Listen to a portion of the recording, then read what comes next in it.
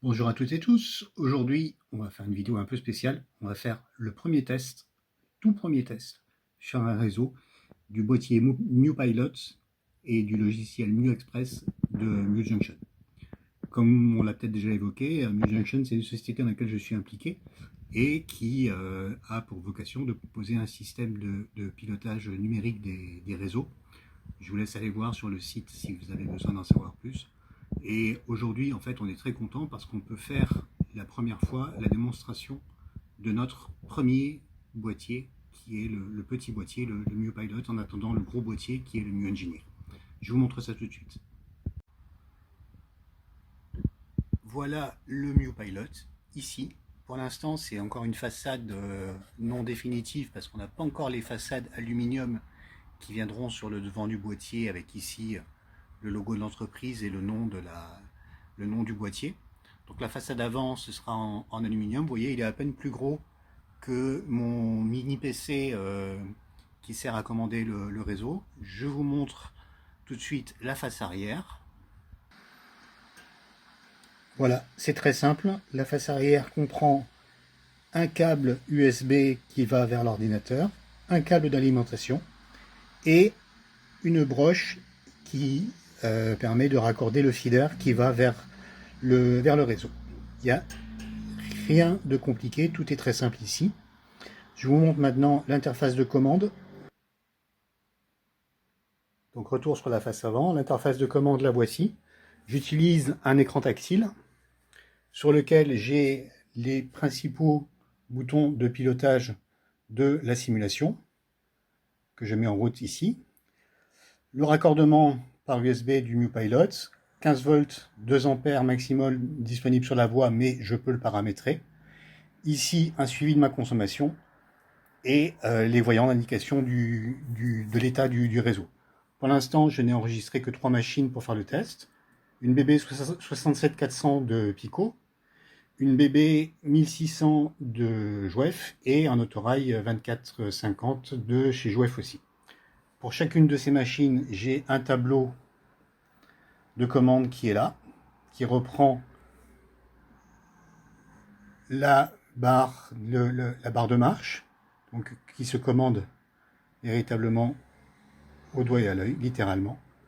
Bouton marche avant, bouton marche arrière, un bouton d'interruption d'urgence, le nombre de crans de commandes qui sont engagés et les principaux les boutons pour avoir les principales fonctions de mon décodeur.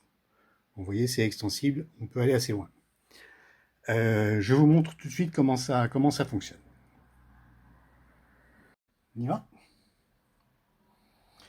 Donc, je mets en route la 67400 avec sa rame de voiture. On va la faire rouler doucement, voilà, comme ça.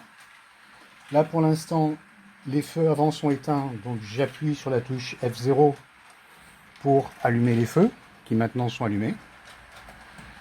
Et elle commence son trajet. Donc, pendant que la 67400 tourne avec sa rame, moi je vais démarrer ici la BB 1612 que je vais lancer à sa poursuite. Pareil, je lui allume les feux avec la touche F0. Et j'ai maintenant mes deux machines qui tournent en même temps sur le réseau, l'une à la suite de l'autre. Donc là, on a bien les deux machines qui se suivent sur le réseau. On va ralentir un peu la première. Voilà.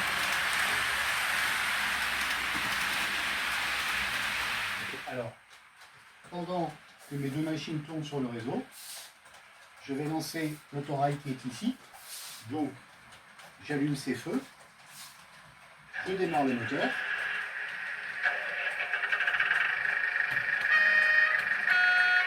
Un petit coup de sifflet. Et on va lui faire quelques mètres.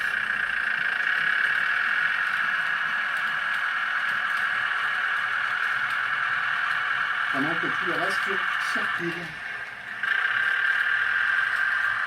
Voilà.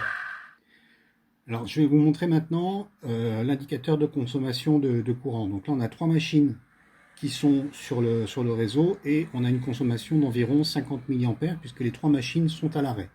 Mais les décodeurs en attente consomment donc environ 50 mA.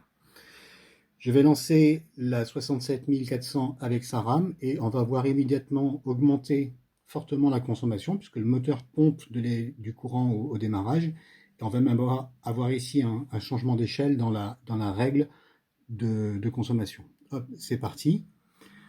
Donc on a le changement d'échelle. On était à 50 mA et là on monte à 300, 350.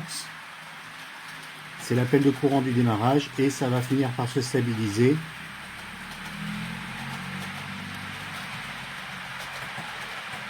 Dans la zone 200-250.